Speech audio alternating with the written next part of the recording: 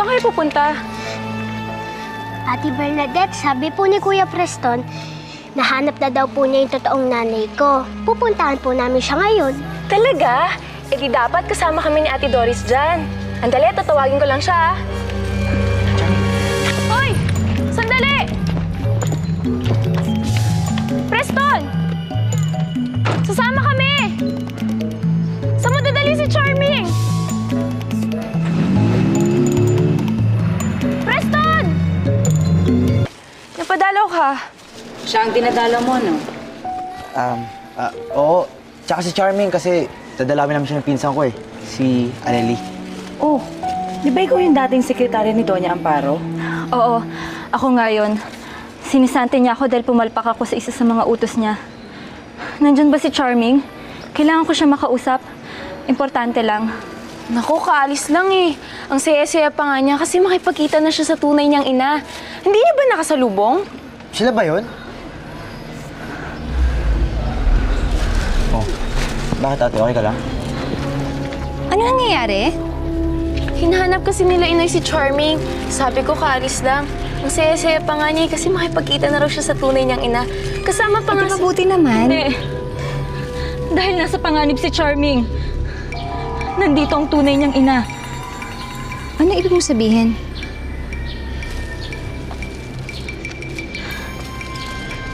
Ang tunay na ina ni Charming.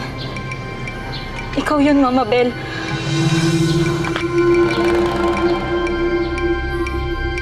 Paano namin naging anak si Charming? Isang maitim at may balat na sa mukha yung sanggol na naging anak niya ni Mama Bel, Sir Henry.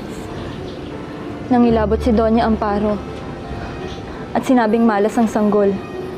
Kinuha niya yung sanggol na may balat at ipinalit niya sa isang magandang sanggol.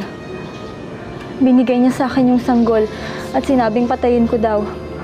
Pero hindi ko kayang gawin yun. Kaya imbis na patayin ko yung sanggol, binigay ko siya sa pinsan ko, si Kuya Ronald. Ang sanggol na may balat sa mukha. At si Charming ay iisa. Siya ang tunay niyong anak. Hindi yung magagawa ni Mama yun. Pero Sir Henry, ako po mismo yung inutusan ng mama niyo. Ako po yung inutusan niyang patayin yung sanggol. Stop it! Stop it! Talaga, Kuya Preston? Makikita ko na at makakausap ko na ang nanay ko? Oo, kaya maghanda ka ha. Thank you, Jesus. Love mo talaga ako. Ka dapat sagutin sa akin, Mama. What do you mean? At ikaw? Ikaw, anong ginagawa mo dito? Ha? Matagal na kitang pinalayas, ah! Bago mo siyang palayasin uli, I need to know something. Totoo ba yung sinabi sa akin ni Aleli? Na si Charming ang anak namin?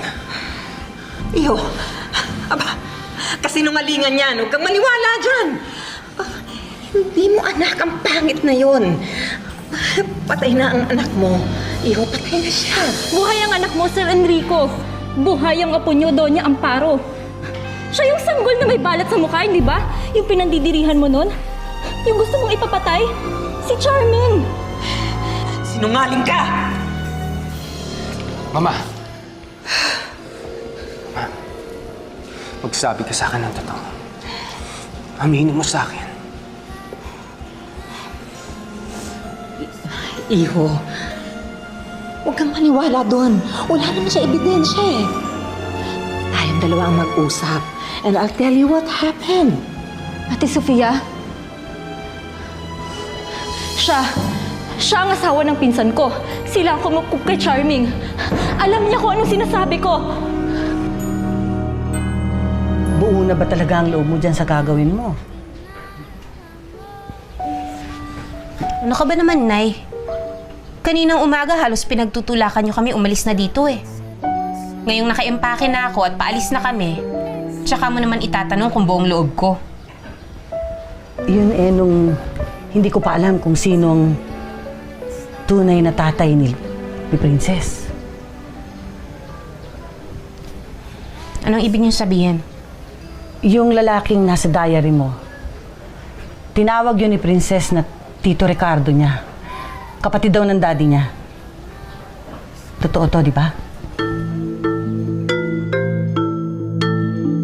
Sa amin ni Ronald, dinala yung batang may balat dahil sabi ni Aleli, hindi daw niya magawa yung ipinag-uutos sa kanya ng amo niya na patayin yung bata. Kaya sa amin dinala. At Sir Enrico, yung batang ho yun, si Charming po yun. Maling ka! Si Raulo naman itong donyang to.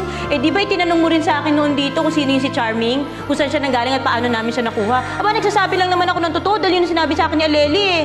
Kung naging magbait ka lang sana sa akin, di kita nilaglag.